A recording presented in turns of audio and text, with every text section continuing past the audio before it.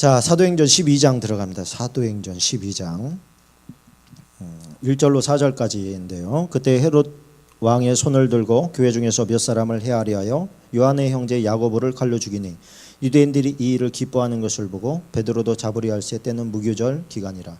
잡음에 옥에 가두어 군인 넷씩인 네 패에게 맡겨 지키고 6월절 후에 백성 앞에 끌어내고자 하더라. 자, 예수님께서 성천하시고 다시 이제 6월절이 돌아왔는데 헤롯이, 이 헤롯 왕가가 참 예수님하고는 원수지간이에요. 그죠? 사단이 잡고 장난하는 집안이에요. 이 헤롯 집안이. 그래가지고 하여튼 예수님 태어날 때부터 시작해가지고 예수님 돌아가실 때, 그리고 예수님 죽고 난 이후에 사도들까지 계속해서 하여튼 잡아 죽이려고 하는 그런 사람입니다. 그런데 이 헤롯이 손을 들어서 교회 중에서 몇 사람을 해하려 했다. 그 중에서 요한의 형제 야고보를 칼로 죽였다. 그러니까 야고보라는 것은 야곱의 그 헬라식 이름입니다. 그러니까 원래 이름은 야곱인 거예요. 야곱. 야곱이 신약에는 야고보라고 불리게 됐다라. 그런데 야곱은 요한과 형제지요. 근데 요한의 엄마 이름이 뭔지 아시는 사람? 요한의 어머니.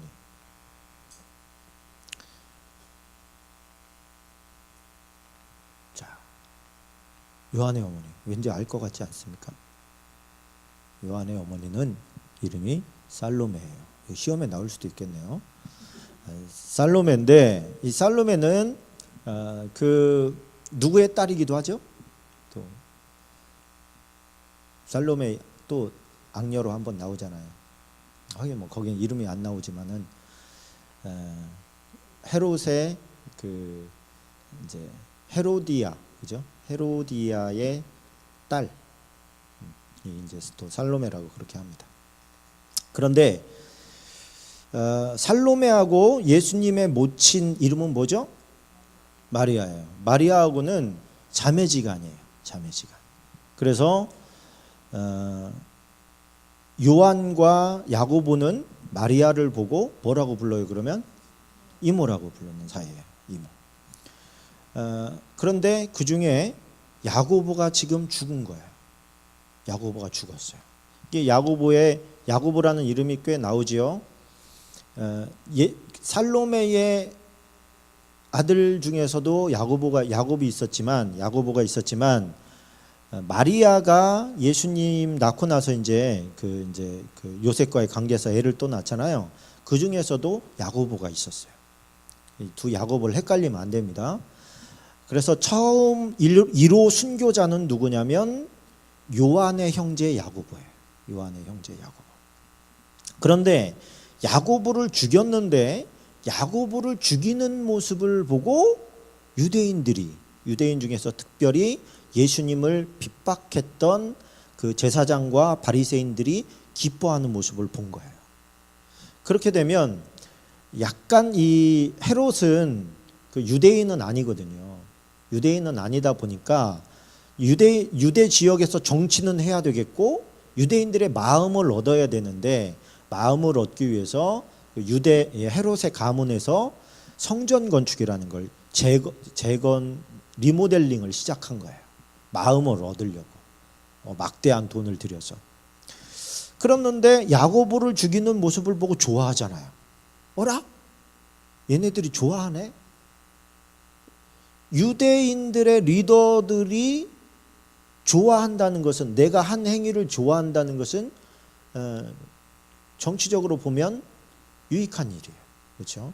그러다 보니까 어라? 좋아하네? 그러면은 더 죽여줄 수 있어. 그리고서 베드로를 잡아서 감옥에다 가둬놨다는 거예요. 6월절 끝내고 죽여야겠다. 얘는 6월절 끝내고 또 저들의 마음을 기쁘게 해줘야 되겠다. 그리고서 감옥에다 가둬놨는데, 그리고서 도망가지 못하게 4명씩 4팀이니까 몇 명입니까? 16명을 붙여서 그 감옥 문을 지키게 했단 말이에요. 그런데 이제 이 베드로가 잡혔다는 얘기를 듣고 교회에서는 무슨 일을 했어요? 여러분, 제가 감옥에 갇히면 여러분 뭐 하겠습니까? 기도하겠죠, 그죠? 뭐 탄원서라도 좀 넣지 그래요. 어? 기도하겠지요. 기도밖에 할 수 있는 게 없었어요. 왜? 걸리면 죽으니까. 드러나지 않게 숨어서 기도할 수밖에 없었어요. 기도하는데 베드로는 뭐 하고 있어요? 자고 있어요. 자고 있어. 깊이 잠들었어요. 막 천사가 옆구리를 쳐야 일어나는 정도야. 뭐 굉장히 지쳐 있든지 아니면 뭐 이제는 이제 간다 천국에 그러면서 이제 편하게 자고 있었는지 그건 모르겠습니다. 발로 차가서 깨어서 야 따라 나와 그래가지고 이제 문을 열고 그를 건져서 기도하는 집 앞으로 데려다 줬더니 문을 놓고 했더니 종이 나와가지고 누구세요? 그랬더니 나 베드로야 문 열어. 그래가지고 기도하다가 문을 잠가놓고 기도했겠죠. 밖에서 나야 베드로야 문 열어 그랬더니 와가지고 베드로 사도님이 오셨어요. 그랬더니만 야 어떻게 나오냐. 밤에 풀어주는 일은 없어요. 감옥에서. 그러다 보니까 그 유령인가 보다. 뭐 그랬는데 하여튼 문을 열어줘 보니까 베드로예요. 그래서 천사가 이렇게 나를 건져내줬다라고 하는 것을 이제 간증하고 다른 곳으로 피신하는 장면이 나옵니다. 이게 이제 윈 형제가 하늘의 사람이라고 하는 책을 썼어요. 그러니까 하늘의 사람이라는 책을 보면 똑같은 일이 벌어집니다. 중국의 감옥에서 이 사람이 갇혀요. 하나님께서 일어나라 그래서 감옥에서 이제 나가는데 나갈 때마다 문이 철컥철컥 열리는 거예요. 가까이에서. 그래서 열리니까 그냥 나간 거예요. 그런데 옆에 경비들이 있는데 경비들이 자기를 못 보더라는 거예요. 근데 더 기가 막힌 것은 이제 정문 있잖아요. 정문이 왔는데 저기는 도대체 어떻게 갈까? 그러고 가는데 정문도 열리는 거예요. 정문이 열리는데 정문이 열리면 뭐 다 보이는 거잖아요. 근데 사람들이 그냥 자기가 없는 듯이 그렇게 행동을 하더라는 거예요. 그래서 나와서 앞에 있는 택시 타고 갔다는 거예요. 기가 막히죠? 그게 사도행전의 기록이 그냥 어떤 현장 가운데서는 그냥 일어난다는 거예요. 아직도. 그리고 여기서 조금 웃기는 게 뭐예요? 여기 15절에 보면 그들이 말하되 네가 미쳤다 하나 여자아이는 힘써 말하되 참말이라 하니 그들이 말하되 그러면 그의 천사라 하더라. 기도하면서도 지금 뭐 하고 있는 거예요? 기도하면서도 못 믿어. 왜? 일어날 수 없는 일 같거든. 우리가 이렇게 기도할 때 그걸 조심해야 되거든요. 사실 우리가 환자를 위해서 기도하고 또 걔 부흥을 놓고 기도하고 하는데 사실은 우리가 이렇게 38년 된 병자처럼 오랜 시간 정체되어 있다 보니까 나중에 가면요 희망을 가지고 기도하지 않아요. 그냥 타성에 젖은 기도만 하려고 그러는 거예요. 그러면 역사를 할 수가 없어요. 주님께서 물어보시잖아요. 네가 낫고자 하느냐? 네가 나으려고 여기 와 있지? 왜? 그의 말 속에서는 나으려고 하는 의지가 보이는 게 아니라 원망과 불평만 하고 있어. 아무도 나를 던져주지 않아요. 뭐 이러면서. 예수님께서 네가 낫고자 하느냐? 너 지금 나으려고 여기 와 있는 거냐? 다시 묻지요. 하여튼 본질을 잃어버리면 문제가 발생합니다. 우리도 기도라고 하는 것은 믿음을 가지고 해야 되는 거예요. 할렐루야. 믿음을 가지고 끊임없이 기도해야 되는 거예요.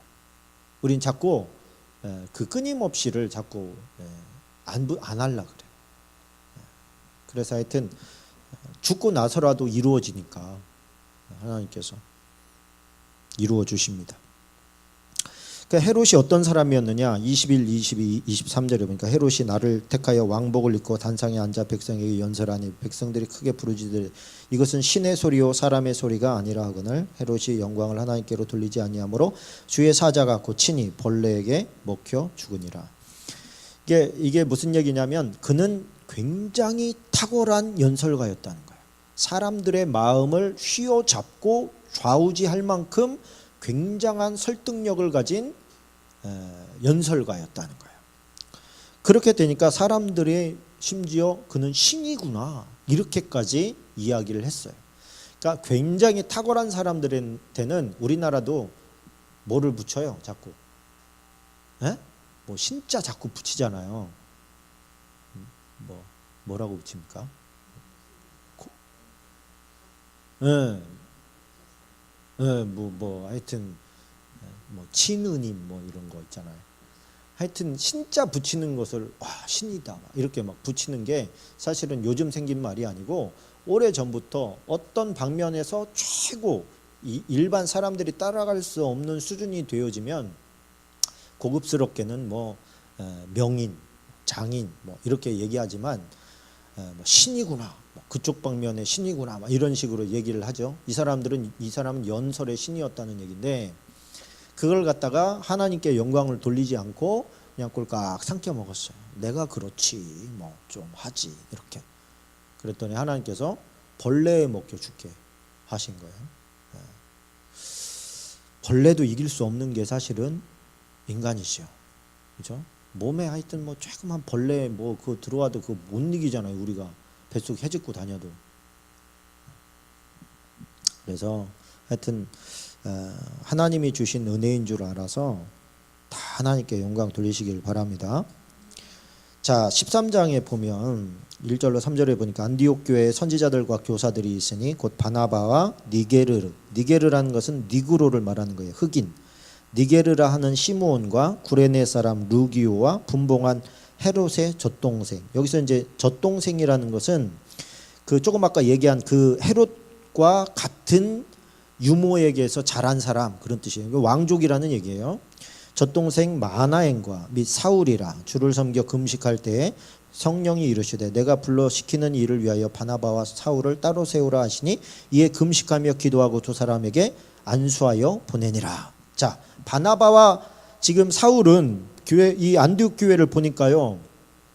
지금 선지자들과 교사들까지 있고 왕족까지 있는 걸 보니까 지금 굉장히 단단한 교회예요. 탄탄한 교회가 된 거예요.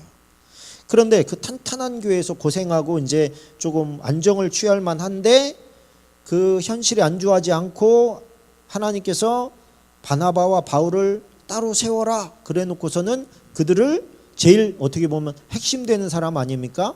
그 핵심되는 사람을 갖다가 선교지로 보내라는 하나님의 사인이 온 거예요. 자, 그래서 이 교회 사적으로 봤을 때 세계 3대 교회가 있습니다. 가장 영향력을 크게 미친 교회가 어디일까요? 3대 교회 한번 얘기해 보세요. 예루살렘 교회, 또 하나 로마 교회, 또 하나 안디옥 교회. 이 세 개 교회. 로마 교회가 바티칸 교회입니다. 로마 교회가 바티칸으로 나중에는 바티칸 교회가 됐다가 바티칸 로마 정교회가 이렇게 된 거예요. 우리는 지금 정교회에 대해서 지식이 거의 없죠. 교회는요, 초대 교회가 정교회가 됐다가 지금도 정교회는 정교회예요. 뭐 그리스 정교회도 있고 러시아 정교회도 있고 아프리카 저쪽 그 이집트 쪽에 거기는 콥트 교회라고 하는데 같은 사도들에 의해서 만들어진 교회예요.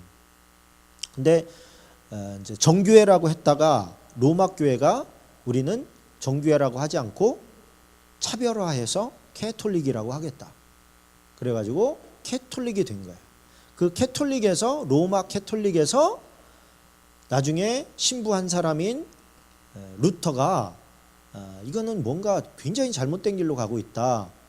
좀 말씀으로 돌아가자. 다시 믿음으로 돌아가자. 그리고 종교개혁을 일으켜서 나온 것이 지금 우리 개신교라고 부르는 그리스도교회. 그러니까 그리스도교 그러면 총체적으로 다 얘기하는 거야. 근데 이 로마 카톨릭이 그 그리스도교 내에서 거의 한 70%를 차지합니다. 굉장히 큰 거죠, 세력이. 그리고 뭐 정교회도 있고 우리 그리스도교도 있고 우리는 그래서 이제 캐톨릭에서 정교회에서 예전에는 개신교를 인정하지 않았어요. 정교회에서. 정교회는 우리나라에도 있습니다. 정교회가. 인천 정교회도 있고 근데 이거 이 얘기로 가면 또 한참 옆으로 가야 되니까 그냥 말씀으로 돌아갑시다. 이 3대 교회가 있는데 가장 그 활발하게 역사적으로 빼놓을 수 없는 가장 그 파워풀했던 교회가 안디옥 교회. 그래서 안디옥 교회가 많잖아요. 안디옥 교회, 예루살렘 교회, 로마 교회, 이 세 개가 있었습니다. 근데 이 안디옥 교회의 특징이 있어요. 안디옥 교회의 특징이 뭐냐면 안디옥 교회를 이상적인 교회의 형태로 봅니다. 모범되는 교회인 거예요. 그럼 안디옥 교회의 특징이 뭐냐? 일단은 불굴의 그 환란 가운데 일어난 교회라는 거예요. 그래서 우리가 조금 전에 그 이제 사도행전에 보면 스데반 때에 환란이 일어나잖아요, 그죠?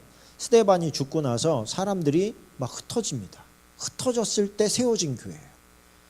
고난 가운데서 이제 세워진 거죠. 그리고 협력해서 세워진 교회예요. 그래서 바나바와 사울과 또 여기에 나오는 헌신자들, 그리고 피부 색깔도 달라, 그죠? 그 다음에 사회의 직분, 왕족이 있고 니그로라고 하는 시몬도 있어요. 그 흑인도 있고 왕족도 있고 선지자도 있고 바나바 같은 교사도 있고, 이게 굉장히 그 이제 복합적으로 교회는, 문제 있는 교회는 뭐예요? 그러니까 끼리끼리 모이는 거예요. 끼리끼리 뭐 학벌, 또 성, 또 재산 순위, 뭐 이런 어떤 사회적 지위, 이런 거, 성격, 이런 걸로 이렇게 분파를 만들면 그 교회는 반드시 깨어집니다. 힘을 못 써요. 그런 교회는 자기 그 이제 나라도 그렇지만 또 가정도 그렇고 교회도 마찬가지입니다. 이 안디옥 교회는 하여튼 좀 불편하게 여기려면 얼마든지 불편하게 여길 수 있는 요소들이 너무 많은데 그것들이 기가 막히게 조합된 아주 아름다운 교회였어요. 근데 그 조합을 시키는 그 악교가 뭘까요? 그게 중요한 거예요. 그게 악교가 뭘까요? 뭐가 이렇게 이 많은 다양성을 하나로 딱 묶어요? 다 좋은 얘기예요, 그죠?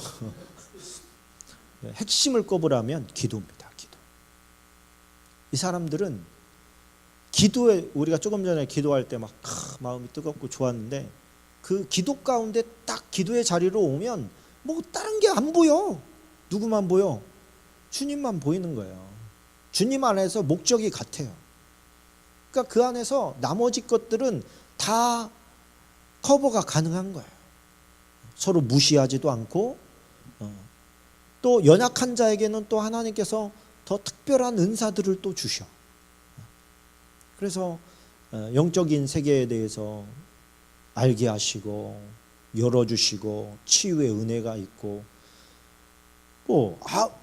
아무리 많이 배웠으면 뭐해? 병을 의사가 못 고치고 약이 못 고치는데 내가 그거 무식하고 아무것도 모른다고 말이야 핀잔하고 그러는 사람이 말이지 손만 얹으면 나.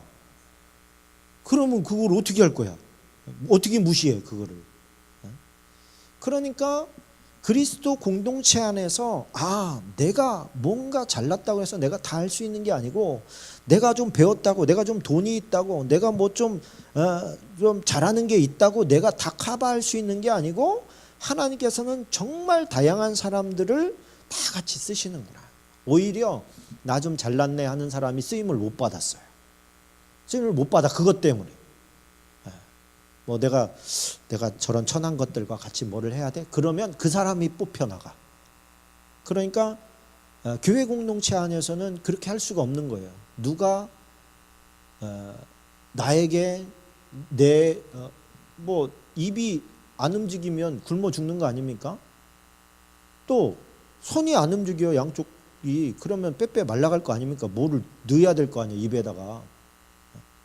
입안에서 안 씹어주면 어떻게 할 거야? 넘겼는데 위가 가만히 있어. 어떻게 할 거야? 성도는 뭐라 그래요? 교회 공동체는 너희는 머리는 그리스도요, 너희는 다 지체라. 어떤 사람은 금반지 끼고 있는 손가락도 있고, 어떤 사람은 눈에 보이지도 않는 저 양말 냄새나는 신발 가운데서 새끼 발가락을 읽는 사람도 있고, 그러나 그것이 다 모아져서 어떻게 하나님의 거룩한 교회 공동체가 세워지는 거예요. 그 안에 있을 때 나는 그 안에서 가치를 함께 누리는 거예요. 또 이 기도하면서 동시에 순종하는 사람들이었어요. 이게 순종의 힘은 사실은 기도에서 나옵니다. 말씀을 들어요. 목사님의 말씀이 좋아. 목사님 은혜 받았습니다. 그런데도 삶이 바뀌지 않는 건 뭐냐면 그 사람이 기도가 없다는 거예요. 그 말씀을 붙잡고 기도해야 그 떨어진 말씀대로 살아갈 수 있는 힘이 생깁니다. 근데 이 교회는 어때요? 기도하고 순종하는 교회. 하나님의 말씀이 딱 떨어지면 순종해. 그래서 가장 왠지 이 사람들이 없으면 교회가 흔들릴 것 같고 무너질 것 같은데 오히려 그 사람들을 보내라. 왜? 교회의 주인은 누구니까? 하나님이시니까. 그 사람들 없어도 교회는 안 무너진다. 내가 붙잡고 있기 때문에 안 무너진다. 가장 그 사람 없으면 쓰러질 것 같은 그 사람들 보내라. 할렐루야. 근데 그렇게 하잖아요. 그죠? 우리 목사님 못 보냅니다. 이렇게 하지 않고 기도하고 안수해서 축복하고 보내는 거예요. 가서 더 큰 일 하시라고. 그 다음에 제자 삼는 교회였어요. 교육하고 26절에 보면 11장 26절에 보면 기도하고 또 교육하고 제자 삼는 교회였어요. 교육이 왜 중요하냐면 신앙을 체계화시켜서 흔들림 없는 기초를 만들기 때문에 중요한 겁니다. 그래서 교회에서 지금 이제 따로 이렇게 불러서 할 시간이 저도 없고 성도들도 없기 때문에 주일날 오전 시간을 복음의 기초라 해가지고 기초를 다지는 거예요. 그야말로. 그래서 여러분들은 지금 한 번 들은 사람들 설교 시간에 들었다고 여러분 지금 아마 시험 보면 몇 점 안 나올 거야. 근데 그건 기초가 지금 다시 허물어졌다는 얘기예요. 기초는 기본적으로 다 알고 있어야 되는 지식이라는 뜻이에요. 그거를 계속 들어요. 저 대신 해주는 게 있잖아요. 그죠? 감사하게도 유튜브를 통해서 계속 들어서 최소한 복음의 기초 단계에서 나아가는 것들은 다 들으시고 또 우리 교회는 너무 좋은 교회 같아. 진짜. 그죠? 뭐 좀 반응을 해봐요. 이 성경을 지금 통째로 이렇게 먹여주는 교회가 어디 있어요 요즘에. 이것 때문에 제가요 어떤 때는 막 힘들어. 일 갔다 와가지고 말이죠 8시부터 10시까지 이거 붙잡고 있으려면 힘들어요. 내 아내한테도 그렇게 했어요. 이거 해놔야 된다. 왜? 그렇게 한 사람이 없으니까. 누군가는 해야 되지 않겠냐. 그런데 얼마 전에 보니까요 어떤 사람이 무슨 뭐죠? 형광펜 성경 공부라는 거를 해요. 형광펜 성경 공부 유튜브에 보면 이 사람은 한 장 한 장 하더라고. 지금 사무엘 상까지 나갔나 그래요. 제가 그 사람한테 너무 고맙다고 댓글을 써놨어요. 여러분은 댓글을 안 쓰지만 저는 씁니다. 좀 쓰세요. 댓글로 들어와서 나 혼자만 부담을 느끼고 있었는데 이런 거 같이 해줘서 내가 너무 고맙다. 제발 힘내가지고 끝까지 가줘라. 할렐루야. 그럼 나중에는 배우고 싶어도 나중에는요 진짜 말세가 되면 교회 내에 핍박이 가해지기 시작하면 성경 말씀 듣고 공부하고 이런 시스템 다 막힐 겁니다. 삭제되고 막아놓고. 그때가 되면요 배우고 싶어도 못 배워요. 그때가 되면. 지금 해놔야 돼. 성경책 불운서적 될까요? 안 될까요? 네? 당연히 불운서적 되죠. 봐서는 안 될 책 되는 거예요. 성경책은. 왜?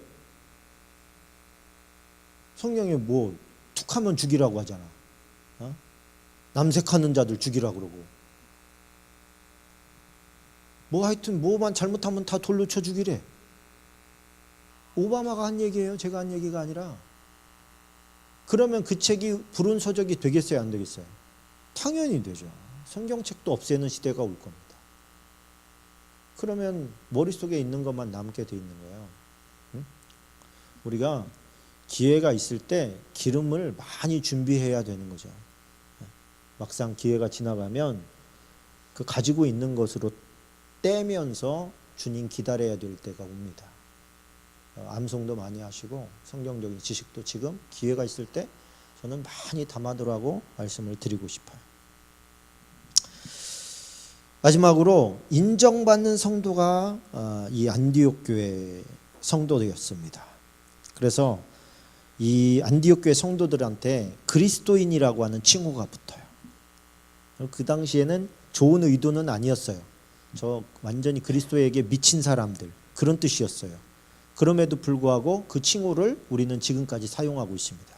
왜? 그것이 영광된 칭호이기 때문에.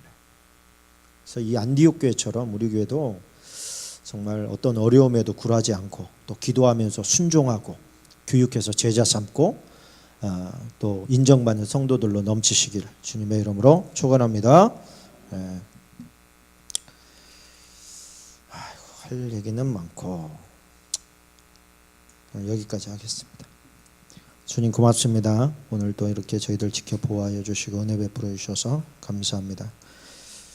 또 한 주간을 저희들이 살아갑니다. 주님, 전쟁터와 같은 세상 가운데 내던져져서 마치 이리 가운데 양이 들어가는 것처럼 위태하고 또 우리들의 신앙과 영적인 보존을 하기가 매우 어려운 환경 가운데 있습니다만 아버지여, 그래도 주님이 살아계시고 양들의 목자가 되어오신 주님께서 저희를 보호하시고 또 인도해 가실 줄로 믿습니다. 우리 교회가 안디옥 교회처럼 정말 든든하게 탄탄하게 세워지는 그런 교회 되게 하여 주옵소서. 예수님의 이름으로 기도하옵나이다. 아멘.